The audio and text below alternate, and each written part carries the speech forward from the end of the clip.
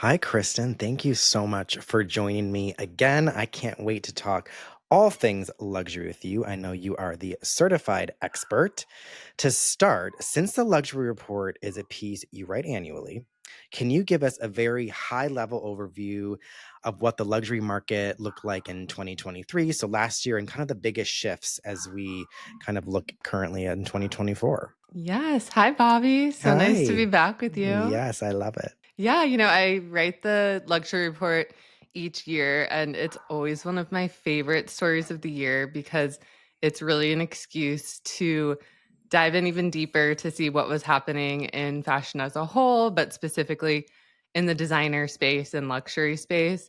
And I think one of the interesting things that really changed luxury fashion and fashion overall this year is a lot of what's happening at the top for fashion houses. We're seeing a lot of creative director shifts that are really making a big impact. I think one of the most notable, which we chatted about in our Paris Fashion Week Hmm. recap, was Alessandro Michele taking the helm at Valentino, which was his first actual runway show, and then Shamina Kamali taking over at Chloe.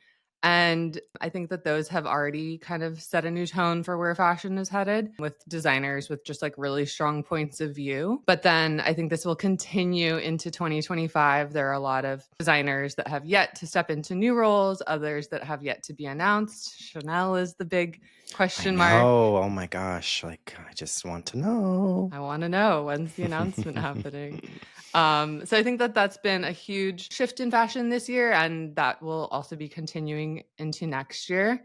Mhm. And then I think another big shift we've seen is really interest in pieces that go beyond trends in terms of what people are buying. So I think, I don't know, I've seen this, what I'm calling modern heritage pieces on the rise, something like the Rose Margot bag, which Mhm. interestingly was first dropped in 2018, but it was last year that it really resonated. And then this year, it's continued to resonate just as much, if not more, especially Mhm. as there's the clutch version, there's the East West version, and the Rose seems to be really investing in this kind of like bag family. And then I also think we're seeing this in terms of brands that are resonating that are more classic and timeless. Ralph Lauren really has resonated this year in a way that is interesting. If you're familiar with the list index, they kind of Mhm.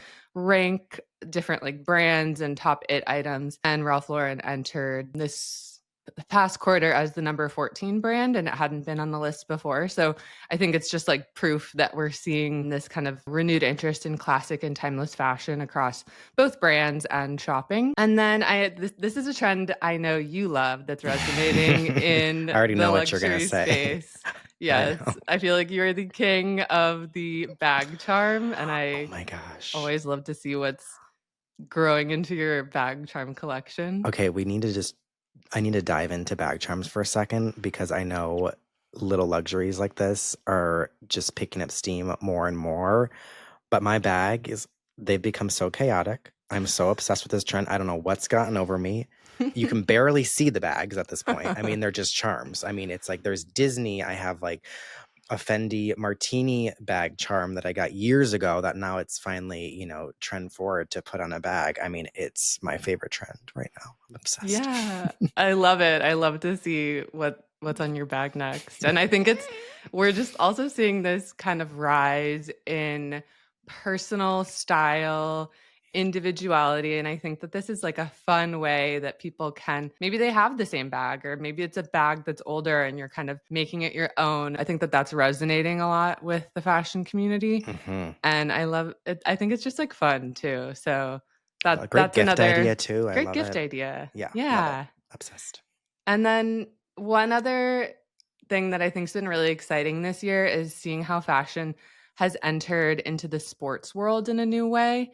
I think this was obviously very clear at the Olympics when LVMH was a sponsor, but then just more and more we're starting to see the fashion and the sports world kind of converge. And then in terms of trends, I think one of the trends that we probably reported on most this year at Who It Wear is elegance and the rise of elegant style. And I think that that permeated fashion overall, but especially in the luxury space, I think that that was really a through line. Absolutely. I love the elegant trend and like the swans and the coats and the gloves and the pillbox hats. Like, I just love it. Yeah, feels very Amazing. fresh. Love it. Okay, so celebrities obviously have a big impact on luxury trends every year. So, which celebrity style moments stick out to you as being the most influential in regard to the luxury fashion shifts in 2024 and some of the shifts you just mentioned? So, I think one really interesting moment happened at Paris Fashion Week. I walked into the Miu Miu show, which is always a favorite collection. And I think they're also a brand that's just kind of ahead of the curve when it comes to both casting on the runway as well as who they're dressing. And the front row was really interesting because it was a lot of talent from the Gen Z set. So, Nara Smith and Addison Rae. And I think we're really starting to see the impact of Gen Z on luxury fashion. And I think that that was just one moment when it became very clear. So I thought that that was really interesting. And then going back to what I was saying about sports, I think Zendaya Hmm. and the Challengers movie was obviously based around tennis. And then JW Anderson was the costume designer for that. So he Hmm. brought his fashion lens to the film. But then that continued on the press tour when Zendaya was dressed in custom looks by Tom Brown with tiny tennis racket embroidery and Brunello Cucinelli and all of these Hmm. tennis inspired looks. So I think that it really crystallized that connection between fashion and sports. And I think tennis obviously played a big role in that. But yeah, I thought that that was really interesting. Made me interested in sports, which is a stretch. So that's great. Yeah, it was fun. I mean, I play tennis, and so I've always loved it, and it was fun to see it have this fashion tie-in and made me even more excited about it as well. And then I know we talked about elegance, and I think there were a number of moments when this entered the wardrobes of celebrities, but one of my favorites was Kendall Jenner at Paris Fashion Week, and she was dressed in the row. Her stylist, Danny Michelle, dressed her in, of course, a look from the row that was this black shift dress that was a little bit frayed at the edges, but still looked extremely polished and extremely elegant. It was paired with these black pointed toe flats, really simple jewelry. And then even her hair kind of tapped into this elegant trend. It's when she went blonde and had more of like a bob and curls, and it really felt a little bit other era and nostalgic in a way, but still modern. And I thought that that was a really fun look that kind of encapsulates 2024 fashion. Okay, so outside of creating buzz, why do you think each of the top brands and many that you've already mentioned have been just so successful this year? What are they doing right? Writing the luxury report, I chatted with a number of experts, a few of them, Gab Waller, who's a Mhm. luxury product sourcer, Erica Wright, who's also a product sourcer, has the brand Sourceware, April Hennig from Moda Operandi, and a number of other people. And one thing that was clear were they were all kind of coming back to a few main points. One of them was brands that really set the trends kind of and are ahead of the curve. I think you think of like the Pradas and the Miu Mius. If you look at their runways, the styling is always perhaps a season ahead and really showcase what will be big next season. So I think just having that foresight really makes those brands especially relevant. And then another key pillar was brands that champion craftsmanship and quality. I think perhaps no brand exemplifies this more than Hermes, Mhm. who I think it's a brand that really, no matter how many years have passed, every piece is just the height of craftsmanship quality. And you can think of it for that. And then brands like the Row as well. I think of in terms of that, like quality and craftsmanship, even down to like their t shirts and, of course, their bags and other pieces as well. And then one interesting thing that came up that I thought was especially insightful was, and April Henning brought this up when I chatted with her in terms of shoppers. And she said that at Moda Operandi, shoppers really want brands with a strong point of view and Mm. specifically mentioned how their shoppers are really tuned into all of the creative director shifts at the top and don't want just any piece with a logo, but really designers who are creating something with a strong point of view, kind of Mm. world building that they can tap into themselves. So I think I think of brands like Chloe, Bottega Veneta, Mhm. Saint Laurent, Alaya. who are really just doing this so well. I want to circle back to what you said earlier about the shift in specific pieces Mhm. and some of the key, 2024 pieces that dominated the luxury market. I know we already spoke about the Row, Margot bag. I mean, you said that they're creating this almost like a little Margot family.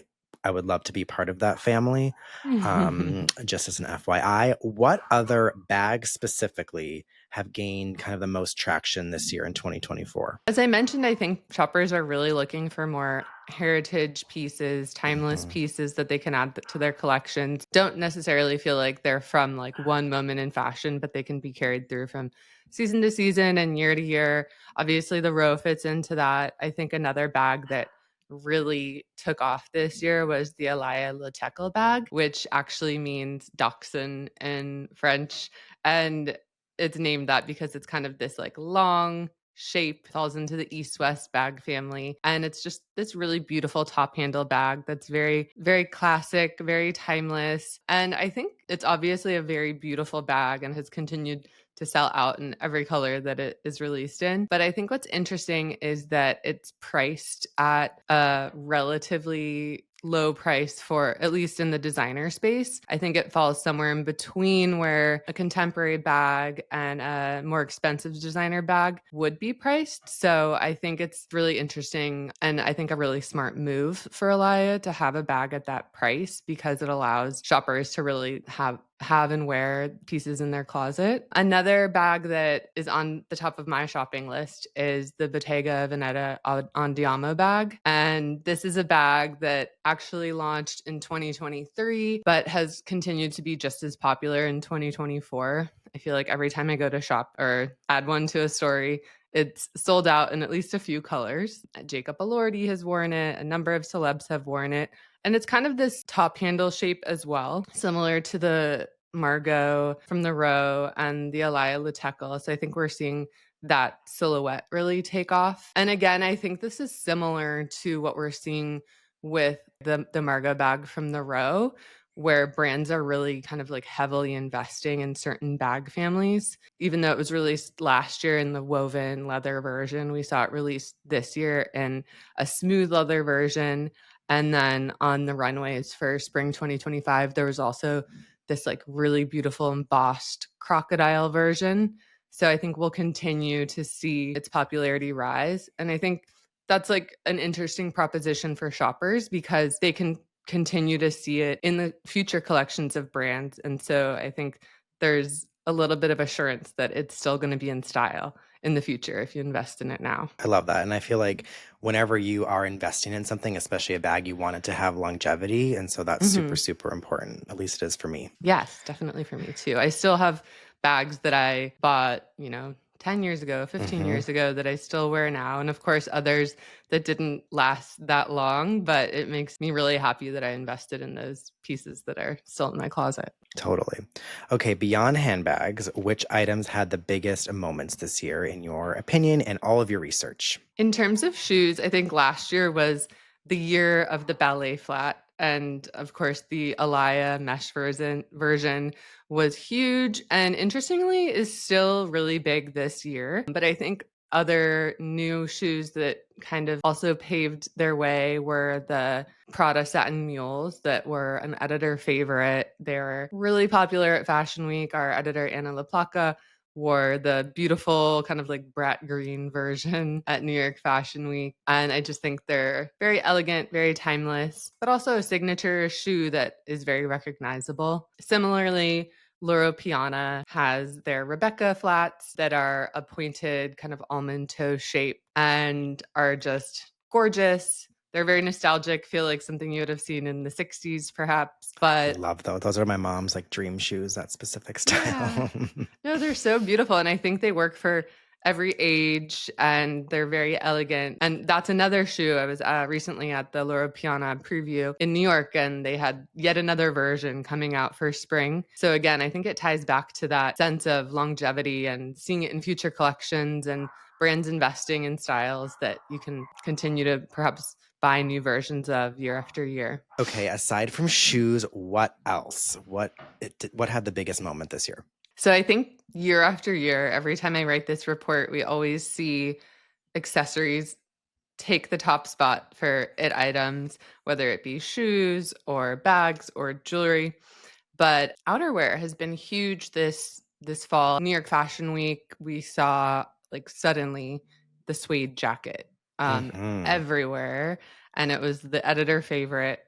And then moving further into fall, we saw the barn jacket take off, and I feel like there are designer versions from Totem and but there are also kind of more heritage pieces from brands like Barber. And it's yeah, I think it's just like a really wearable piece, something you want to invest in and wear all season long. I actually got a version from eBay that I found that was vintage. And so I think they're like really great designer pieces, but it's also one of those accessible items that you can find like a beautiful vintage version. This one is from the 90s, one of my I favorite love decades in it. style. So Yes. I think that that's really fun. And even like, incorporating other pieces like this like silk scarf to add in that little luxuries trend we were chatting about a little earlier as well. I think it's just such a fun piece. Okay, let's talk about trends. So you mentioned earlier that there was a specific aesthetic that defined 2024, elegance. Which brands are leading the way? Yeah, I think it's interesting because last year was really the year of quiet luxury, Yes. which was a huge Couldn't get point. away from it. Couldn't get away from it. I No. know, I kinda wanted to stop talking about it at a certain point, but I think that kind of evolved into this elegant trend that we're seeing now, which has truly been one of the biggest buzzwords of the year, one of the most reported topics at Who What Wear for sure. And, in terms of brands, I think we're seeing brands like Carven do this in a really interesting way. Louise Trotter took over at the brand and has introduced this kind of modern take on elegance that I think has really resonated. And then I think speaking to the modern version of it, I think Bottega Veneta is another brand that has brought these new silhouettes, or not new silhouettes, but rather kind of silhouettes from the past into modern day fashion and put contemporary spins on them. So whether that be an A-line skirt or even a pillbox hat like we saw at Alaya, I think also like elbow length leather gloves. We saw this at the Row and I think what's interesting is a lot of times I'll see pieces like this on the runway, like a pillbox hat, and I'm like, "Oh, Mhm. wow, that's so interesting, and I can't wait to see that in an editorial." But I think it's connected with the fashion set in a way where you're really seeing it in real life and styled in such cool ways. And there really is this looking back to the way that people dressed of a bygone time that's sticking on and off the runways. And I think it's really fresh. I think for so long we saw just this kind of stark minimalism and 90s fashion, which of course I love and I incorporate heavily into my personal wardrobe. But I do like this attitude about getting dressed and wearing more tailored pieces that has really entered fashion in a new way. Absolutely. Okay, so we spoke, of course, about my favorite trend bag charms. I want to dive a little deeper into the smaller designer purchases. And aside from bag charms, what other items are especially popular right now that are, maybe not as huge as a bag, but just still have a lot of meaning in the luxury and designer space? I love this idea of these little luxuries, and I think it's a way that people are still involved in shopping luxury at a time when luxury products have become much more expensive and much more expensive much more quickly. There's something called the lipstick effect where shoppers are willing to spend more on small luxury items during an economic turndown, and I think we're seeing that play out right now. But I think it's also led to these really fun pieces that people are styling in new ways. The bag charms, as you mentioned, I think are so fun. And so Hmm. many brands have them in their collections. And of course, you can find them at much lower price points as well. So I think that's part of the fun of it. But in addition to bag charms, we're seeing items like scarves. I saw this a lot at Paris Fashion Week, where people were tying scarves around the handles of their bags to add a print and a punch of color. And then I think the pillbox hat too has really taken off in a way that, as I just mentioned, I really didn't expect. Editors on our team have really embraced it, and it was fun to see how they styled it during New York Fashion Week in September. And then it really has just taken off from there. And I continue to see it more and more, especially now that we're at the holidays. And I think, as I mentioned in the beginning of our conversation, it's kind of a way that people are bringing their personality into fashion, which is something we've also seen a lot of on the spring 2025 Mhm. runways. So I think this is kind of our initial look at how that will play out in the fashion space. But I think we will see this take off even more. I think the Prada spring 2025 runway in the show notes was really hammered home how the show was really centered on this idea of like anti-algorithm Mhm. style that centered personal style. So yeah, I think it is a lot of that is about how you wear pieces, how you style them, and these smaller accessories are, I think, a really fun way to achieve that. Absolutely. Okay, so we spoke about the intersection between luxury fashion and sports. You brought up, the Challengers film and Zendaya and J.W. Anderson's work with the film. And I know like the Olympics were sponsored by LVMH, which made this crossover especially apparent. Where do you think this push to kind of bridge the gap between fashion and sports came from? I think I've been thinking about this a bit and wrote a story on this earlier this year because I was really noticing the convergence of sports and fashion and how more and more brands are getting involved in whether it's a specific sport or working with more athletes. But I think it's really a way that fashion brands can tap into an entirely new non-fashion audience. And so I think like specific ways I've seen that play out are Carlos Alcaraz, for example, when he won Wimbledon, he was wearing a Rolex, and Hmm. all of the photos of him holding his trophy are him wearing a Rolex. And I think that that's just exposing his audience and perhaps young fans, old fans to Rolex and aligning that brand with his victory. And I just think that that's such a smart play. And then I think also, Gucci has a partnership with Yannick Sinner, and he was recently named the number one tennis player in the world. And right around that time, was spotted walking onto the tennis courts wearing Gucci, and just that brand alignment, I think, is really interesting. And I feel like tennis is something where we've seen that in the past. I think something perhaps a little newer is when we saw WNBA player Caitlin Hmm. Clark, and she had such a moment at her draft signing, and there was a lot of excitement around that, and Prada dressed her for that. And so we've been seeing more and more instances of that, which I think is interesting. So interesting. I mean, I certainly don't follow any sports, and I remember that look. Mhm. Yeah. I love it. Okay, so with all of this in mind, 2025 is right around the corner. I can't believe it. Where do you think luxury fashion is heading in the new year? Before the new year is even starting, I feel like we know a lot of the changes that are to come. Hmm. I think there are so many designers heading into new houses, whether it is Sarah Burton at Givenchy, Peter Copping at Lanvin, or Michael Ryder at Celine.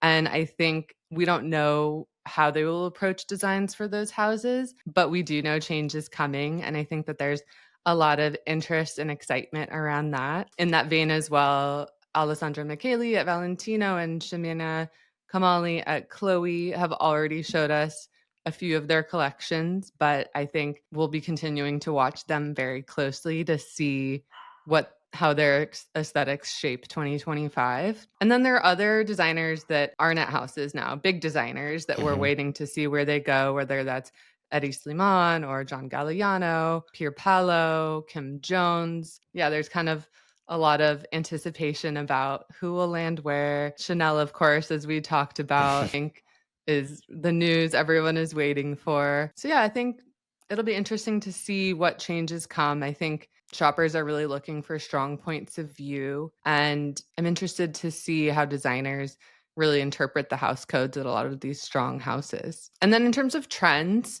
on the 2025 spring 2025 runways, we're seeing the pendulum swing very far in the other direction. I think for the past several years, it's really been about minimalism and really clean fashion, clean makeup, nondescript looks. Mhm. And there was really a lot of maximalism and opulence on the runways, whether it was at Saint Laurent, there were these brocade jackets and ruffled satin slip skirts and bejeweled pumps.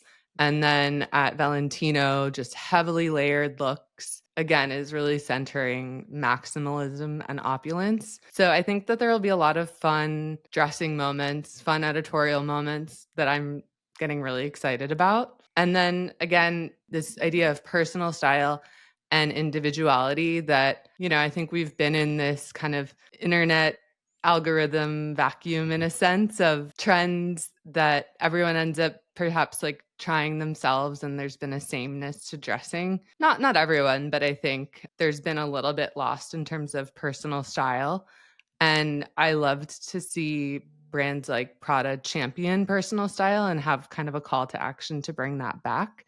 So I'm excited to see how that takes shape in 2025. There's so much to look forward to in the luxury fashion space in 2025. I cannot wait. And on that note, thank you so much for joining me today. It was an absolute pleasure, as always. And I learned so much, and it was just fantastic. Thank you, Bobby. So fun to be back with you. I will chat with you later. Bye. Bye.